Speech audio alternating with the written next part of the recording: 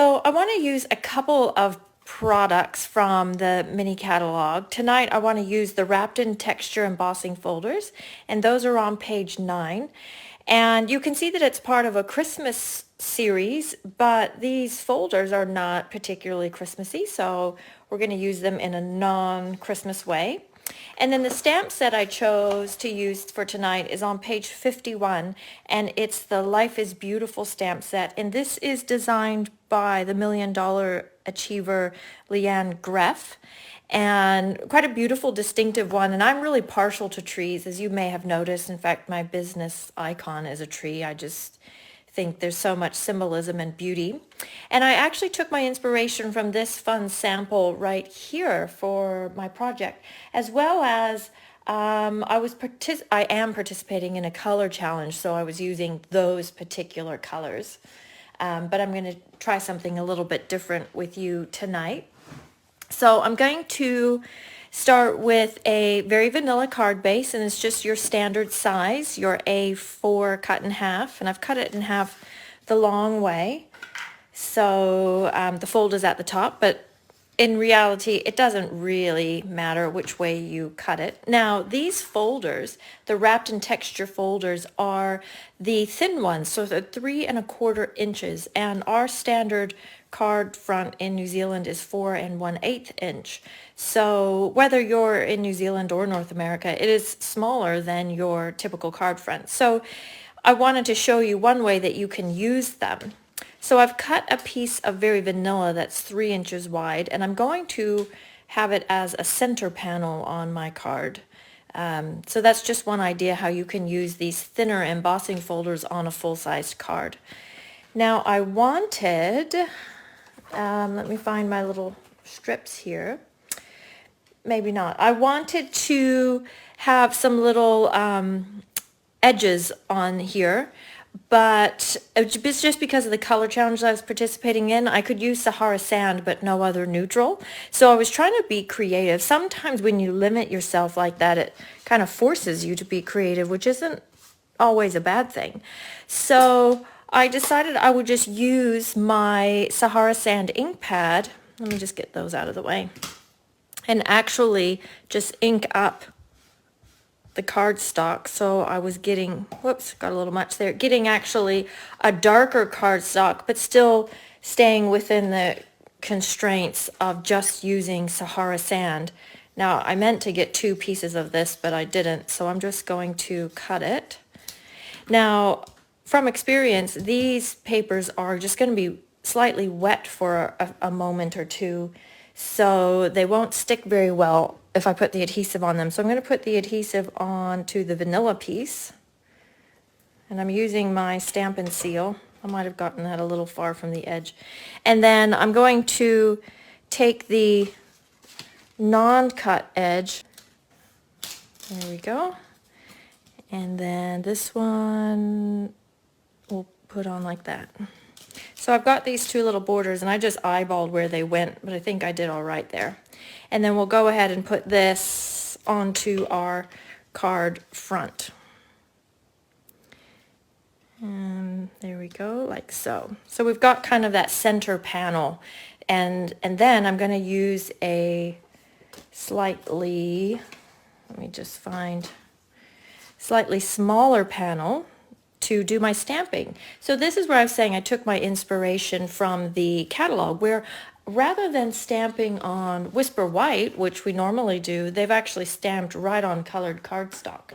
So I'm going to give that a try. That, of course, does change, you know, the way your colors are going to look in the end.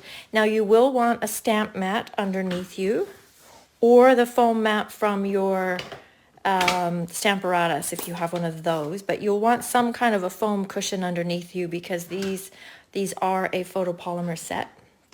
And I'm going to use Early Espresso because now I'm deviating from the color challenge, but still wanted to share with you the idea of inking your cardstock. So then I'm going to stamp the tree over to the left-hand side. And you can see that, well, hopefully you can see it does have some detail in there. That's the distinctive part of these stamps. And then I'm going to use a little bit of Pear Pizzazz and the little, I keep calling it a puddle, but it's not actually a puddle. It would just be like a little shadow of the tree or a little patch of grass in this case. And then I'm going to use Cajun Craze and Real Red to do some leaves. Now, I know it's springtime, or getting to be springtime here in New Zealand, but I still like those autumn type colors. And I'm going to start on the right hand side with the Cajun Craze with these leaves, and then move over to the left, and then maybe give those a little wipe. Of course, I didn't get ready before. And then I'm going to use my Real Red and stamp those like so. Oh, I forgot the little birdhouse.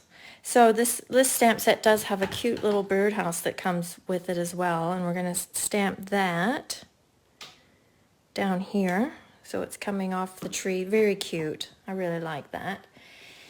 And then I'm going to mat that up. And I've just got another piece of Sahara sand that's just slightly larger, but again, I wanted to make it darker. So we're just going to grab our ink pad, and then I'll get rid of this dirty mat and just make that darker. Now, I am definitely a proponent for having all the ink colors and all the cardstock colors, so you just have all the options in front of you. But if by chance you don't, then this is a way to get some more colors just by using your ink pads. And then we'll go ahead and put these two together. Hopefully that's dry enough that it will stick. You could rough up the edges and things like that just to add more interest, but I don't want to take too terribly long. And then before we put that on, I'm going to put on some ribbon. So this is the new sheer ribbon, and this one I believe is in the poinsettia bundle, the sheer red, and this is the red linen thread, a braided linen thread, which is quite fun too. I can see that I'll use this quite a bit. I'm going to use it in my scrapbook classes over the next few weekends. Red is one of my favorite colors. I don't particularly wear it or have it in my house or anything, but it's just a nice color for your projects because it's so rich, and so many holidays. Sorry, I had to walk over there and get my tape. So many holidays are associated with red. It's really great that Stampin' Up! Has this really true, beautiful red. And then we will just cut some off to tie a bow, of course. What's a card if it doesn't have a bow, right? Not really. I don't really believe that, but it just seems that way with all the stuff I make. Okay. This ribbon is really thin, lightweight, I should say, because it's sheer, so it's quite easy to tie. Then if you want to, you can add another element of adding some linen thread around your bow, just to bring through the brown kind of rustic feel to it. Now I buy truckloads of the linen thread. I suggest everyone have some of this in their stash. It just always goes, whether your project is masculine or even if you're using subtles or brights. It just seems like linen thread always tends to work. Okay, all right. I might fiddle with that just a little bit more, but that's good for now. And then we'll put that onto our card front, and we can decide where we want it. It definitely needs to be off to the side. Let me find my dimensionals. Okay, there we go. And I think I will put that over to the left-hand side. And then we need a couple more things. We need some embellishments. So I'm pulling out the Real Red rhinestones, and again, these are great to have in your stash because they are just a really nice vibrant color. And just place those randomly wherever you would like. And I've also pulled out my gold gilded gems, and I'm just going to put the little one here onto the, onto the birdhouse. Maybe, there we go. And then the last thing I want to show you is how to do the words and how to use the new little banner punch. So this is similar to that pick a label punch that's in the main catalog, but this one I think is called pick a banner. And so it's just got the little flag type ends. So I've chosen the middle size, which is 3/4 of an inch. I've put in my little piece and punched it.